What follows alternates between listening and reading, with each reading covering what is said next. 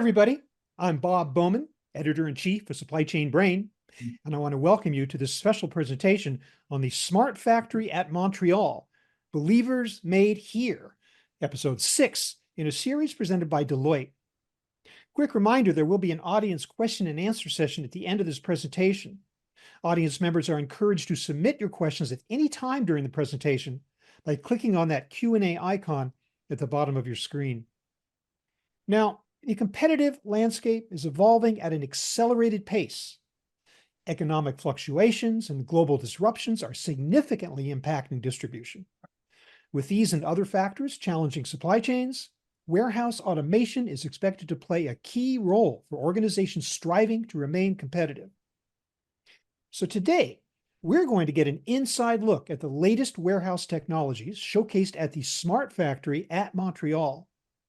We'll discuss how these innovations can help organizations adapt and thrive in the future. With that, I want to introduce our speakers for today.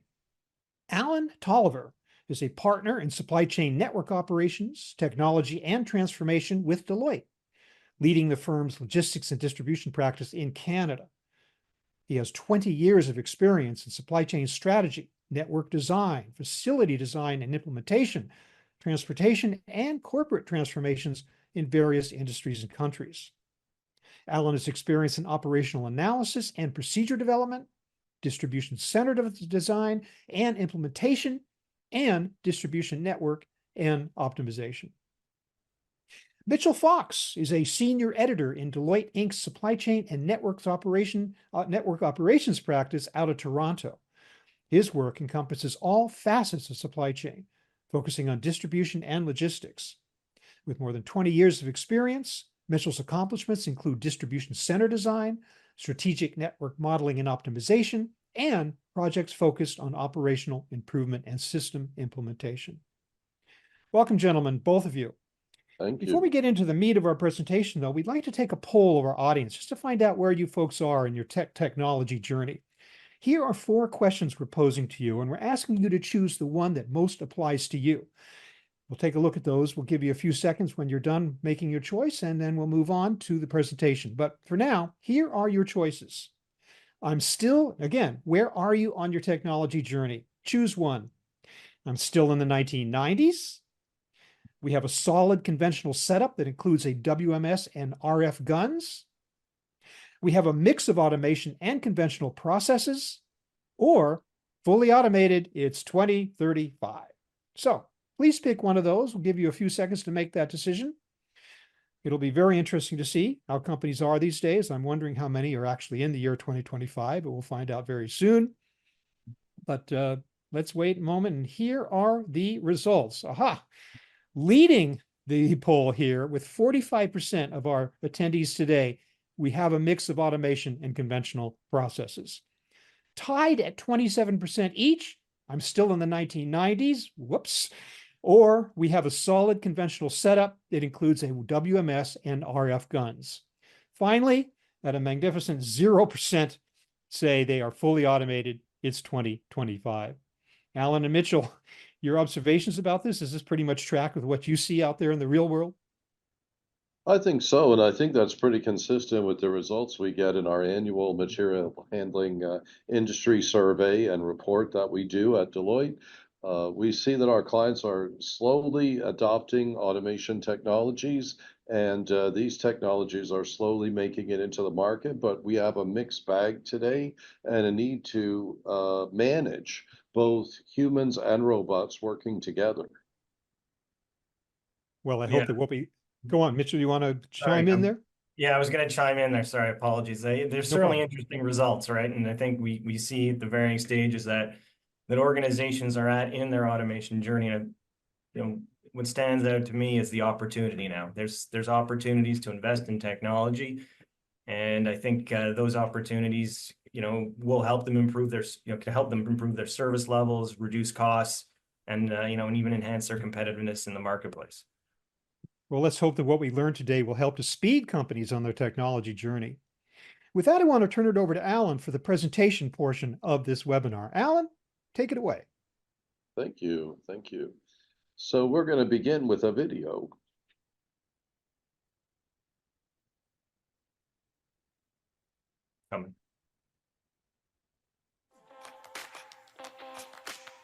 The Smart Factory at Montreal. Explore the art of the possible. A 10,000 square foot center of knowledge, exploring the opportunities of automation. Inspire and accelerate digital transformation for Canadian warehousing and manufacturing. A first-of-its-kind digital ecosystem. An immersive experience, unlocking endless possibilities through demonstrations and workshops. Augment the production and distribution environment. Rethink, reimagine, reinvent. The Smart Factory at Montreal. Book a visit today.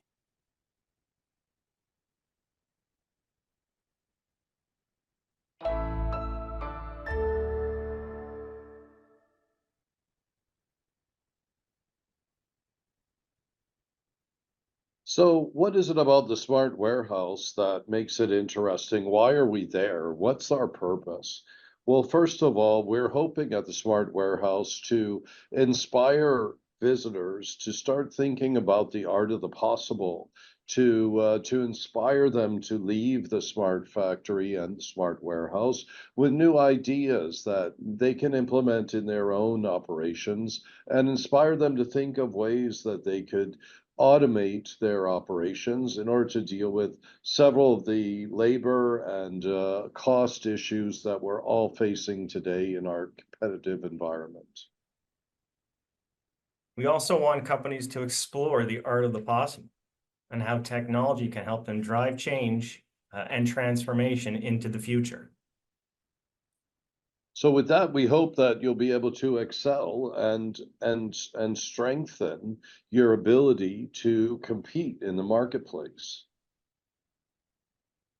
We want to encourage companies to rethink where they are today and explore how they could be better and achieve these various steps towards a technology transformation.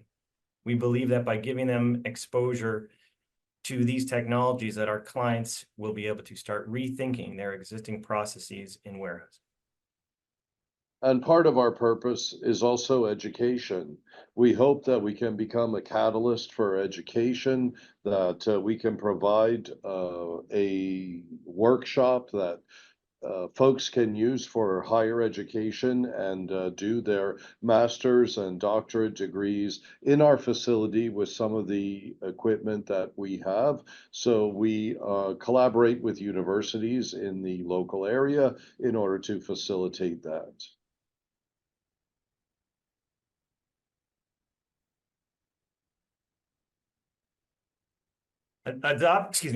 Adopting smart warehouse technologies can yield many benefits across the entire supply chain. And you see many of them listed on this slide, and we'll touch on some of them. The transformative potential of these technologies is not just about keeping up with the times, but they offer tangible benefits that can revolutionize your operations. Smart warehouse technologies can significantly reduce labor requirements. So, automation and robotics that, can handle repetitive and physical demanding tasks like, let's say, picking, packing, sorting, that'll allow that can allow the workforce to focus on more strategic or value-added activities. This can also lead to improved safety, of course, because automation reduces the risk of workplace injuries associated with manual labor, potentially leading to a reduction in workers' compensation costs and, less downtime caused by accidents. Furthermore, with the integration of smart technologies, employees can be trained to oversee and manage automated systems, and upskilling the workforce can often lead to higher job satisfaction and productivity. Another benefit we see is that these technologies can help reduce storage space and requirements. With advanced optimized storage systems, we can make better use of our existing space. Some automated solutions require only a fraction of the space that's used in a conventional DC. And these efficiencies can lead to cost savings by minimizing the need for additional warehouse space. Smart technologies also can enhance accuracy in warehouse operations. So for instance, automated picking systems can help minimize picking errors, which will end up leading to fewer mistakes and reducing the need for, additional labor or rework to correct those mistakes, those errors.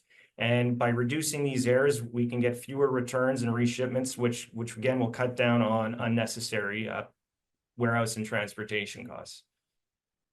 Another example is automated right-size packaging, which can help remove excess packaging and dead space, which can help increase outbound transportation density, resulting in fewer trips, lower transportation costs, and faster delivery times.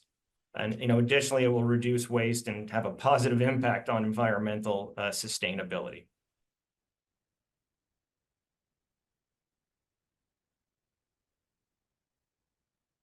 So this is our facility as an overview. So you can see here we have a number of technologies that are in here that we've applied. We start with smart receiving, where goods are received by cameras. We take those goods to by the way, those cameras upload the receipt into the WMS, so there's no human required at the receiving point.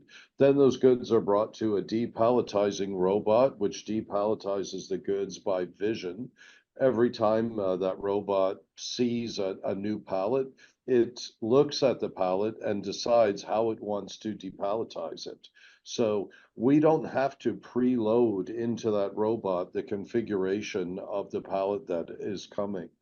We go from there to picking technologies, where we have visual picking technology, we have goods to person picking technology, and we also have robotic picking using vision matched with a robot to do unit picking at goods to person picking stations.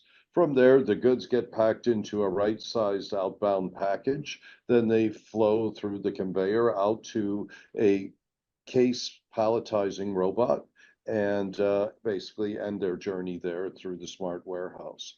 So all in all, we have a number of technologies in here, including a drone that we use for inventory validation in the racks in the upper right.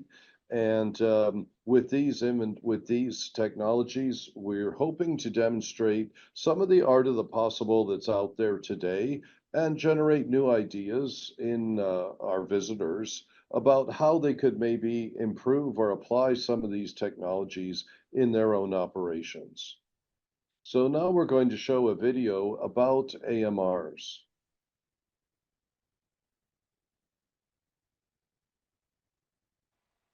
Hello and welcome to the Smart Factory at Montreal. What I have next to me at the moment is an AMR, an autonomous mobile robot. AMRs are the next evolution from AGVs, automated guided vehicles. So they both do approximately the same thing, automated material conveyance. However, AGVs need a touch more of infrastructure to do that. So we're talking magnetic bands on the floor or wires. AMRs do not need this additional infrastructure, as they are equipped with sensors and a map of your warehouse. This allows them to continually recalculate their path to get from point A to point B, regardless of obstacles or humans. This makes them integratable with human workflows as well. So our AMR here contains items that we need to replenish the AutoStore. So we're going to ask it to go to our replenishment station. However, we've put some boxes in its path, and you're going to see how it detects the boxes and swerves around them. So the lower part of the AMR is the actual robot. The shelf that we've added on top of it is an add-on. So in this way, AMRs come in different shapes and sizes and can be customized to meet the needs of your operation. So if you get 30 or 40 of these AMRs, you're going to want to have a fleet management system that manages their movements and optimizes them. This fleet management system would have to be integrated with your existing IT warehouse infrastructure, such as a warehouse control system or a warehouse management system. So the benefits that you get from implementing these AMRs is, well, because of the lack of the need for physical infrastructure, permanent physical infrastructure, it adds some flexibility to your material flow. Second of all, it also makes them easy to implement in existing installations.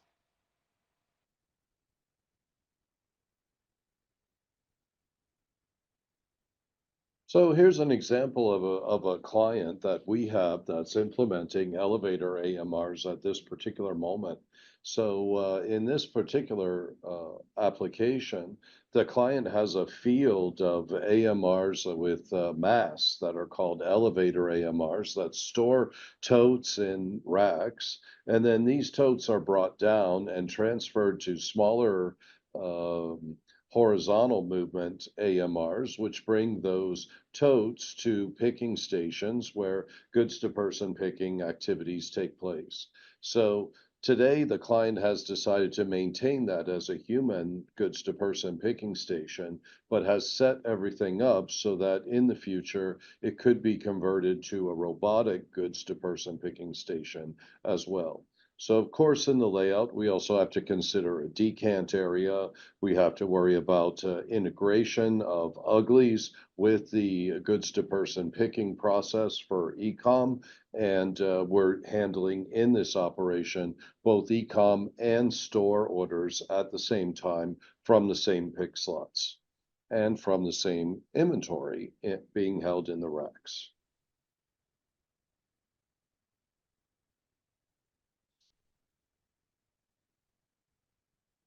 Mitchell? All right. Well, now we'll move on to the next use case, and we'll show the goods to person use case. On with the video. I will now be giving an overview of our grid-based tote retrieval and storage system. So the system that we have here, the benefits that it brings to your operation is that it basically takes all of the totes that are in your racking in your storage area and consolidates them in a densified storage system. So in this way, you can make space gains of up to 75%. And at the same time, you're also saving on labor because this is a goods to person solution.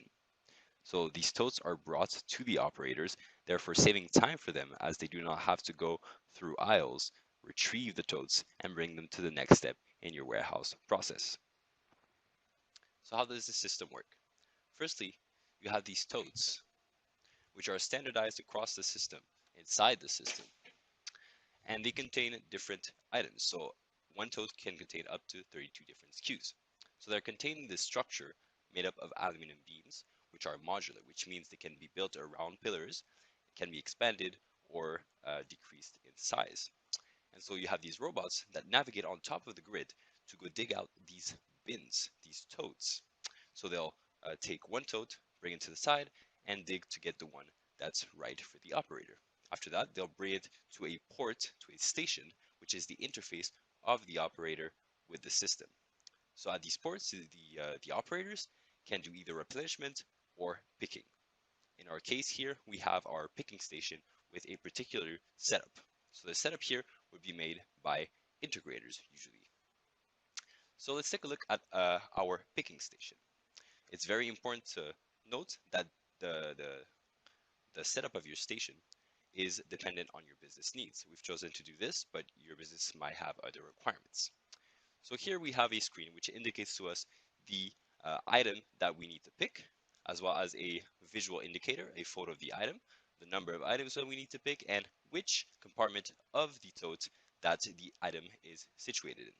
We have a pick to light system here that we've integrated that shows us, that shows the operator where they need to pick their items, which provides further assistance. So here we're picking two of these safety vests, and we're going to put them inside the corresponding box, which is indicated by this luminous indicator here. I will confirm by pressing it, and I can then go on to my next pick. The station will rotate to bring me the next tote in which I have my items to pick. So in this way, you can have your operators continually pick for your pick lists and send your orders out for shipment. It's important to note that a system like this can be configured to do different type of inventory modes, such as FIFO, LIFO, and you'll have naturally all of your fastest movers end up on the top of the system. You'd want, for an automated system like this, to have a certain number of your SKUs which are slow movers, because you want them to stay at the bottom of the system so that retrieval for the fastest movers goes quicker. Once our order is completed, we push our box onto the conveyor where it's going to get sealed by our automated case sealer. It is now ready for the next step of the warehousing process. So as you can see, this system can be a great solution, for increasing storage capacity in an existing building. And it can also be used in buildings that have lower ceiling heights, let's say, around 30 feet. It's very well suited for the 80-20 SKU mix, where it can store a large number of SKUs in a compact space. So as was said in the video, the most frequent 20% of the SKUs will naturally move towards the top, of the system for the quickest or optimal retrieval speed, and the less frequent, 80% will get stored deeper down in the system, helping maximize space efficiency. This kind of system has applications across many industries, auto parts being a prime example of an industry where this type of system can be beneficial, as it can accommodate a large number of small to medium parts efficiently. So now let's move on to our next use case, which is the automated case palletizer. I will now be giving an overview. Whoop. So our box has been sealed and it has arrived at our palletizing station. But palletizing can be an arduous process. Your employees have to lift heavy boxes and figure out how to place them on pallets according to different pallet configurations. So palletizing manually can take time, effort, and potentially cause injury in your employees. You can solve all of this by automating your case palletizing. What I have next to me at the moment is a GOFA robotic arm, which is used for automated palletizing. It can palletize and depalletize pallets continuously. What is special about this particular robotic arm is that it is a collaborative robot. Collaborative robots are robots that have special safety features and programming that allow them to be safe to use around humans and to be programmed easily with little training. So this robotic arm does not have any pinch points, so fingers cannot get caught in its joints, and its joints have load sensors that allow it to detect potential impacts with employees, thus stopping its operation and avoiding injury. These special safety features allow this robotic arm to not be isolated from the rest of the warehouse environment. Therefore, it doesn't need a fence to fence it off, therefore reducing its footprint. Finally, let's say your palletizing station needs to move locations for one reason or another. You do not have anybody skilled in coding robots or robotic arms or automation, and therefore this practice might need a little bit of outside help, which may take time and resources. With collaborative robots, you can easily reprogram them without training. The provider's software uses no code to reprogram the robotic arm using different positions that are set. So now I will go into the reprogramming mode of my palletizer, and I will set a new 0 for its palletizing operation.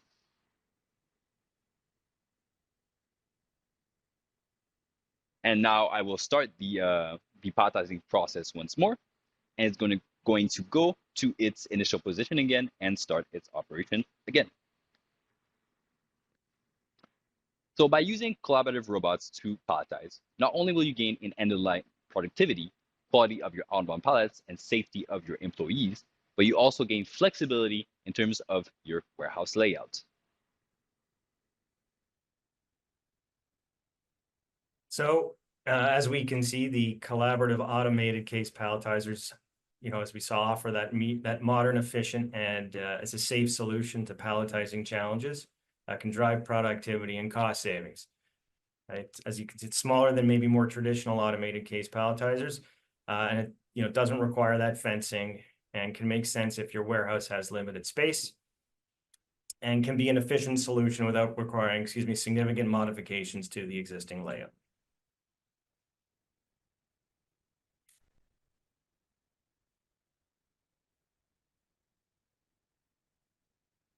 So let's move on to the next automation use case, right-size packaging. Then this refers to the practice of designing and utilizing packaging that is tailored to the dimensions and requirements of the product being shipped. And this approach, it aims to optimize the use of materials, reduce waste, and improve efficiency in the supply chain. Right-size packaging can offer several benefits that can improve both operational efficiency and environmental impact. It requires less manual labor. It reduces material costs by minimizing the amount of packaging material used, and by shipping smaller packages, it can also help lower shipping costs. Smaller right-size packages can also take up less space in the warehouse and storage facilities, which can lead to better space utilization and potentially lower storage costs. Furthermore, by using less packaging material and reducing the volume of shipments, it does lower the carbon footprint, and it also decreases waste and can contribute to more sustainable business practices.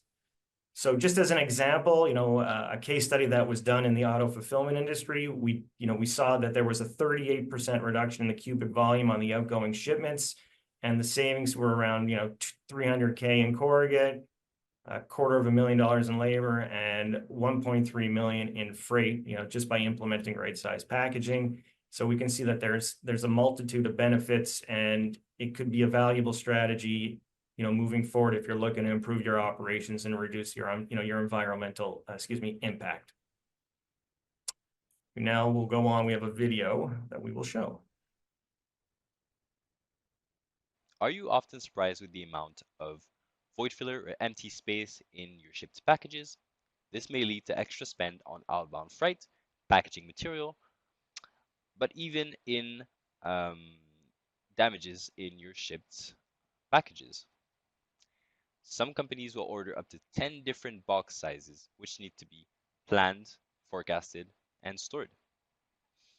Automated right-size packaging will create a custom box for each order that you are shipping, thus reducing the need for this assortment of different box sizes, but also reducing your expenses on packaging material.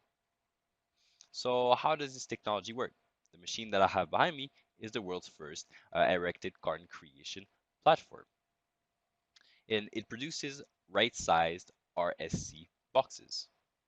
The size of the box is determined by WMS data on the items that you're shipping. So if you have multi-SKU orders, this data will go through a cubing software that is in the machine, and it will determine through fill rate optimization which perfect box size would reduce the empty space to a minimum. Once this is determined, it is transmitted to the machine, which will pull in the raw corrugate that is on my left, and will cut it, crease it, glue it, erect it, and push out a finished box on the other side. Once the finished box is pushed out, up to 2 customizable labels can be applied automatically. Now, this particular machine has a throughput of 600 boxes, and I will show you in a moment how the machine works.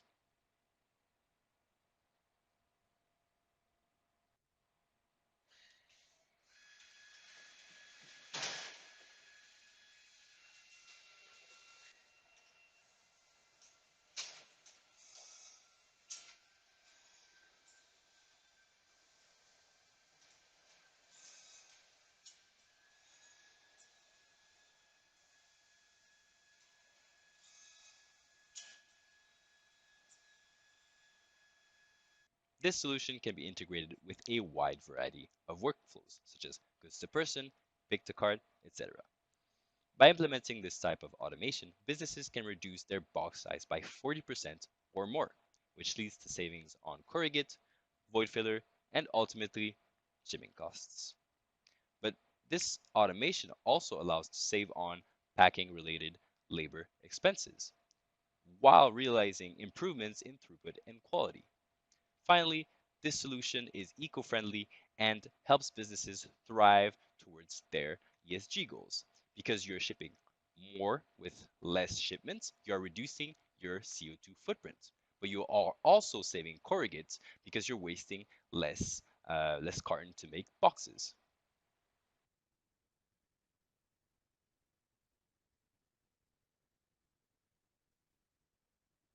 So the next use case that we're going to discuss is drone inspection services.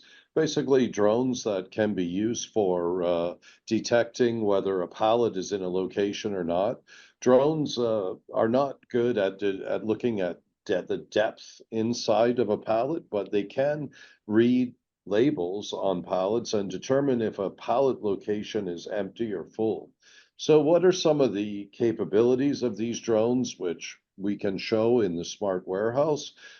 They have equipment maintenance. There's shelf inspection, which is the main one that we're using, inventory management, different forms of plant optimization, and also the ability to oversee a facility or construction and manage that construction over time.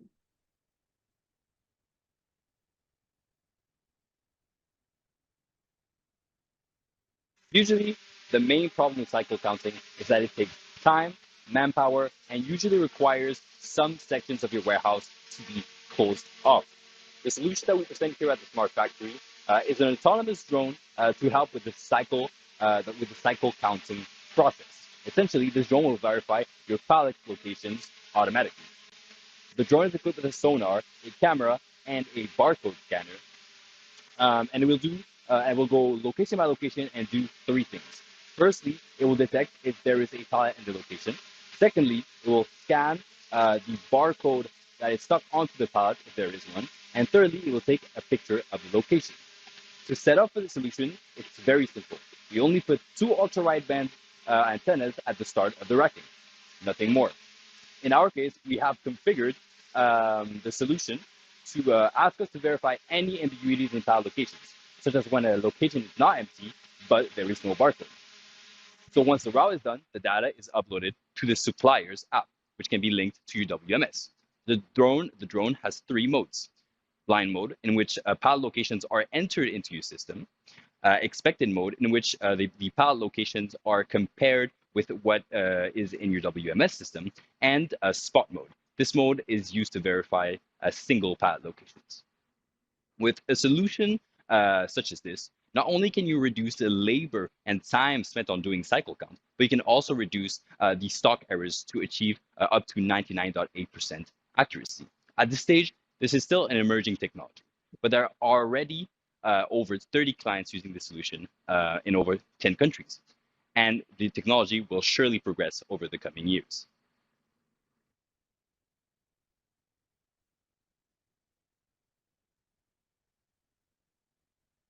All right. Well, we'd like to thank everybody for the webinar part, and we'll move on to the next part of the webinar. Thank you so we're ready to much. take your questions in the panel discussion. Yeah, thanks very much, Alan and Mitchell, for taking us into the behind the four walls of the Smart Factory at Montreal. Some really exciting stuff happening there. I want to take this opportunity to ask our speakers some questions to dig a little deeper into the topic. Let me start with a question for Alan. We've heard the benefits of implementing automation in a DC, but what would you say are some of the risks? Well, we've experienced some interesting risks over the years going into automated environments. One of them was when we pushed a supplier to implement something that was completely new that they hadn't done before, and because we needed it for that specific client. But we did find that in the end, it didn't work out, and we had to go to another supplier to get that. So I would say one of the risks is asking for too much. Stay within a given supplier's capabilities, and don't try to do this day and age the entire automation project with one supplier. Now there's so many different pieces of automation. There's a lot of different suppliers that are going to be required, which is in fact why the invention of the warehouse execution system has come along, because once you get these pieces of equipment from multiple automation suppliers, something or someone needs to orchestrate the flow through the various pieces of equipment in the warehouse. Mm-hmm. Excellent point, considering the complexity of warehouse systems today. So, Mitchell, what is your observation of some lessons that you've learned from doing automation projects? Great question.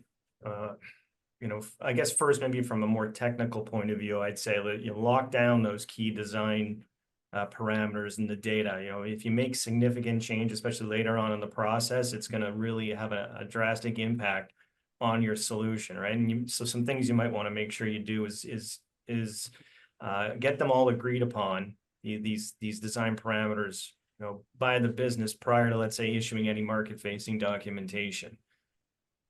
If I think maybe more from a management or a coordination effort, you know, the second lesson might be is that make sure all the project streams are represented in the project, and that the communication, excuse me, is vital. You know, get the architect, the contractor, real estate, whatever it may be, get them involved early, and make sure that you've got, you know, an appropriate amount of in-house expertise available for the project. And I think that could lead into one more thing that I'm thinking of, which is change management, right? Automation projects, there's significant change, and, you know, it needs to be considered when it comes to, you know, the workforce and the adoption that they're going through. So training, you know, being a big part of the transition, and having a ramp up period for the workers, I guess a comfortable ramp up period for the workers should be incorporated, you know, into the change plan. Yeah. Thanks for bringing up the change management angle, which is often overlooked or underlooked when it comes to technology and implementations. Thanks for that. Alan, we just got a virtual tour of the Smart Factory at Montreal, and as I said, it was pretty impressive, but being there in person has got to be something different. So what can one expect when actually visiting the facility? Oh, certainly. That was only a handful of some of the more interesting use cases, but we've got a lot more going on in there, first of all. And secondly, it's a good place to get you out of your comfort zone and start thinking about some of these technologies and how they may apply to you. So normally a tour starts out with a tour of various technologies that we have in there. We don't think there's anywhere else under one roof where you can see as many automation technologies today in warehousing. But we basically take you through that. We go through a coffee break after, but then we sit down for an ideation session. Then maybe we talk about some technologies that are too big to fit in the smart warehouse. We only have 10,000 square feet, so there are warehousing technologies that require more space. So we may discuss some of those with a given visitor, and then delve into what some of the priorities are and what some of the potential applications of these technologies would be for the visitor. So the visitor basically leaves with a summary of everything that's been discussed, a list of the technologies that they've seen, and contacts to our sponsors in the Smart Warehouse if they're interested in following up some of those specific technologies. Well, this is all packed into as you say, a relatively small space by modern day warehouse standards, but it's interesting the ones that you chose to put in there. And I'm wondering, Alan, maybe you could, I could ask you this question first. How did you select the particular technologies in this presentation that you've chosen to highlight? Well, in our construction of the smart factory, Deloitte basically paid for the renovation of the facility, the furniture, the conference rooms, etc. But all of the equipment that we have in there that you've seen is all donated by our sponsors. So it's due to the generosity of our sponsors that we're able to present this equipment. And the excitement of the sponsors to be part of this has been incredible. We thought we would have difficulty convincing sponsors, and we've actually had to turn some away where we've ended up duplicating technologies. Though our idea is that we've created an ecosystem of these sponsors, and that not that we're trying to show specifically any one sponsor's technology, but we're trying to show how the use of several technologies will demonstrate a warehouse activity of the future. So if we take, for example, smart receiving, what we consider receiving of the future, we have camera technology, we have AMR technology, we have WMS where that inventory information is uploaded. We have a number of different players. We have the company that donated the truck to get that done. We have a number of different players involved that are showing what we think the future of receiving could be. Mitchell, what's your perspective on why these particular technologies were chosen to highlight? Yeah, I mean, I think if we could have highlighted them all, we probably would have, right? But Wish we had more time. Yeah. yeah, you know, but I think the ones we've highlighted are the ones that there's some, you know, that have some real relevance today. And you know, that we, you know, that I think companies can look at as really seeing the value of what they can do. And perhaps, you know, maybe to Alan's point, show a little bit better on a virtual tour or a virtual, you know, than some of the other technologies like smart receiving. It's a little harder to sort of show, you know, its impact, whereas the ones we've shown can really show the impact of smart technologies. Thank you. At this point, I'd like to invite the audience to participate in a Q&A. Some of the questions have been coming in all along as we've been listening to your presentation, and audience members are encouraged to continue to submit their questions, even as we are answering the ones that have already come in, and we'll get to as many of them as we can, time permitting. This question is just asking a little bit more about, you know, what the experience is like of being there. You know, what feedback do you hear from clients after they visit the Smart Factory at Montreal? Let me start with you, Alan. Well, you know, one could ask, why do we even need a smart factory? And let's just do a virtual tour, and let's look at all of this in a PowerPoint deck. And of course, we can do all of that, but there's a certain benefit and advantage to touching and seeing with your own eyes, and being there and really participating in this environment and innovation center. The feedback from the clients has been very positive.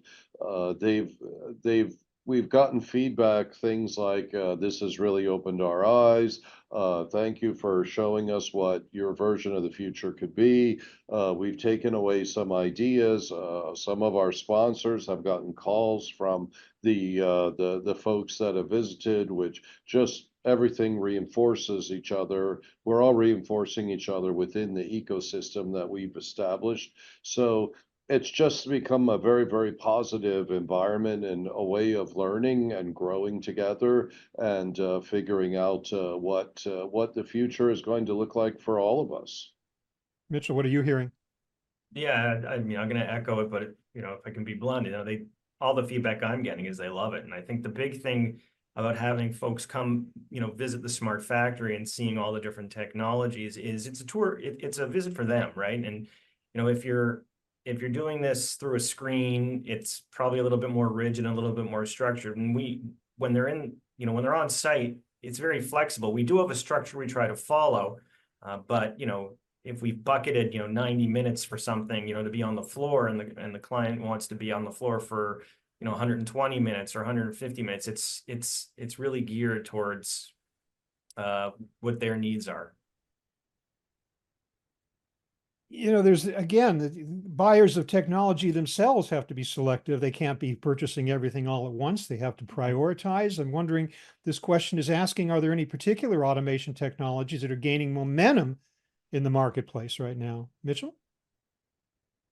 Yeah, I mean, you know, over the last few years, you know, I've seen, you know, AMR is gaining some momentum, right? And talking about not just smart conveyance, but picking solutions, you know, such as AMR is bringing shelves or bins containing items to a, you know, pick station where, you know, you can have a human operator or robot pick the items. And if you look at if I look at the industry trade shows in the last few years, it's really becoming more prevalent, and, you know, we're getting more inquiries about them. And I think the adoption and the inquisitiveness about it is increasing because you know, of the ability, or the AMR's ability to enhance the efficiency, improve accuracy, and reduce labor costs. Okay.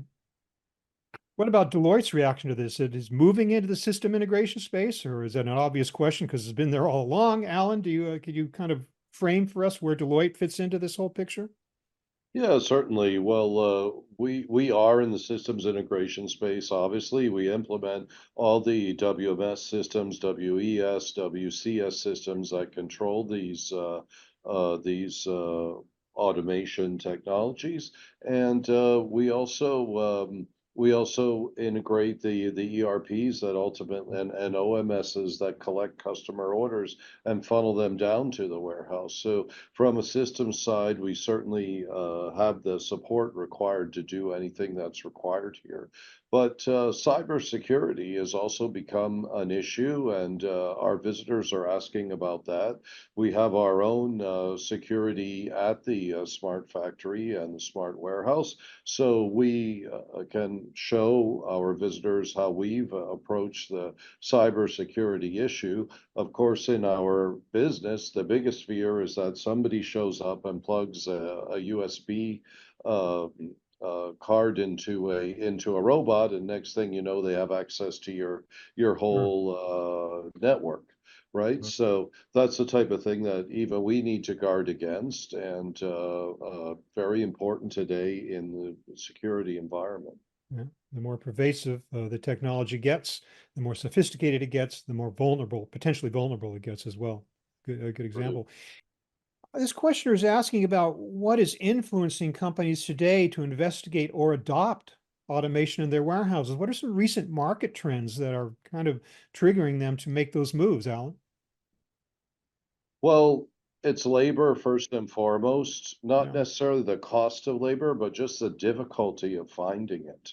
And being able to replace workers that really are not that we're replacing workers, we're replacing jobs where we can't find workers. And so just the ability, if we're going to continue to do more onshoring of work, we're going to have to find a way to do it without hiring that many more people, just because there's no labor market to provide us with those people that we need. So in order to deal with that labor situation, that's always a big consideration in automation.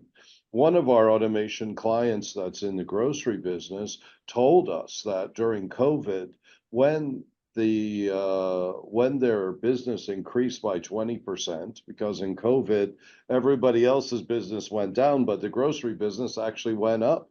So sure. they just ran the robots an extra 4 hours a day and continued to deliver their orders the same way they had. So if they had to go out and find 20% more workers during COVID, that would have been completely impossible. So it was a great benefit to that client, and that automation system really helped them make it through COVID successfully. Fortunately, this automation came around and it came along at just the right time. That's true. This questioners want to know about whether these technologies we've talked about today are suited for just specific industries, or can they be applied across industries? And for that matter, how do you determine which technology makes the most sense for a particular client? Alan? Well, I'm not sure it's necessarily the client, but more of the client application, because in a given client could have very large warehouses, and they could also have very small warehouses. So what we really need to do is look at the volume, the movement of goods through the warehouse, the size of the facility, the number of people that are employed in there, and evaluate facility by facility what the appropriate technology is. Because as we increase in the labor requirements, of course, the ability to further automate goes up. And at that point, different facilities within a given client's network could be at different levels, or should be at different levels of automation. Mitchell, I know we're getting a little bit short on time, and this question could take another hour to answer, but I'm wondering if you could briefly address it, because it is an important one. And this questioner is asking, what is a typical process that you follow when looking at a warehouse design project? How do you get your arms around it in the first place? That's a good question. I'll try not to take an hour here, but when we typically look at warehouse design projects over several phases. Uh, you know, First we get a foundational understanding of the current situation, which can include analysis of sales, inventory, productivity data, and looking at the operating processes, checking out the sites, and interviewing any key stakeholders. We'll follow that up with an analysis of the future, you know, so we'll look at trying to understand the future needs for storage space and throughput requirements, you know, and then we'll develop, you know, 2 to 3 design options with varying levels of automation and prepare, you know, a facility layout, some high-level budgets, and then labor requirements, productivities for each option. And I think what's key to think is when we go through these 2 to 3 design options, you know, being on the end of the spectrum of maybe conventional to fully automated, it's really coming down to the unique requirements of that individual case. We'll do that cost benefit analysis of all 3 or 2 to 3, excuse me, options, and we'll, you know, a preferred option will then be, you know, recommended, and we'll then develop an implementation roadmap for it. So not all warehouse projects are automation projects solely, I take it.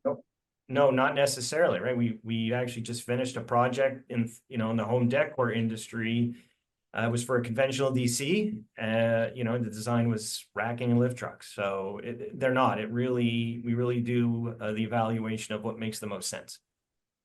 Thank you so much, gentlemen. I hate to say, unfortunately, we're just about out of time. This has been a great presentation. I wish we could continue, but there is a time limit here. So we have time for just one final question, and I'm going to direct it to Alan. And that is as follows. What is one important insight or action coming out of the Smart Factory at Montreal that I should be applying to my warehouse right now? Well, what we're finding is that a lot of technologies in the smart warehouse and in general application today, the newer ones, are being based on vision technology.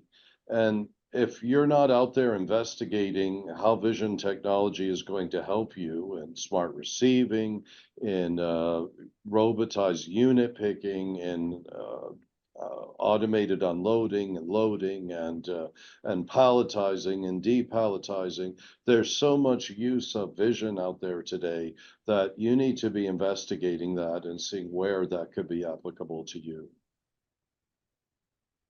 Thanks so much, gentlemen. Alan Tolliver and Mitchell Fox. Great presentation, some really interesting insights, and it was wonderful to have at least a virtual tour of the Smart Factory at Montreal. If you'd like to learn more, if you have planning and scheduling requests, you can reach out to this address, tsfmontreal@deloitte.ca. Thank you so much, gentlemen, for your presentation. Thank you, audience, for your participation. And if you need more information, and I hope you do, check out this white paper on the Smart Warehouse Experience. There's a QR code to scan. If you miss it on this presentation, it'll be sent to all attendees at this presentation as well. Be sure and also book a visit to the Smart Factory. Find out for yourself what it's really like. We've learned a lot about it today, but there's so much more to see. And finally, don't forget to check out the first 5 episodes of this 6-episode series from Deloitte. You'll find them in the webinar library at supplychainbrain.com. Alan Tolliver, Mitchell Fox, thanks again for your great presentation. Audience, thank you so much for your wonderful questions. Everybody, have a great day. Thank you. Bye-bye. Thank you.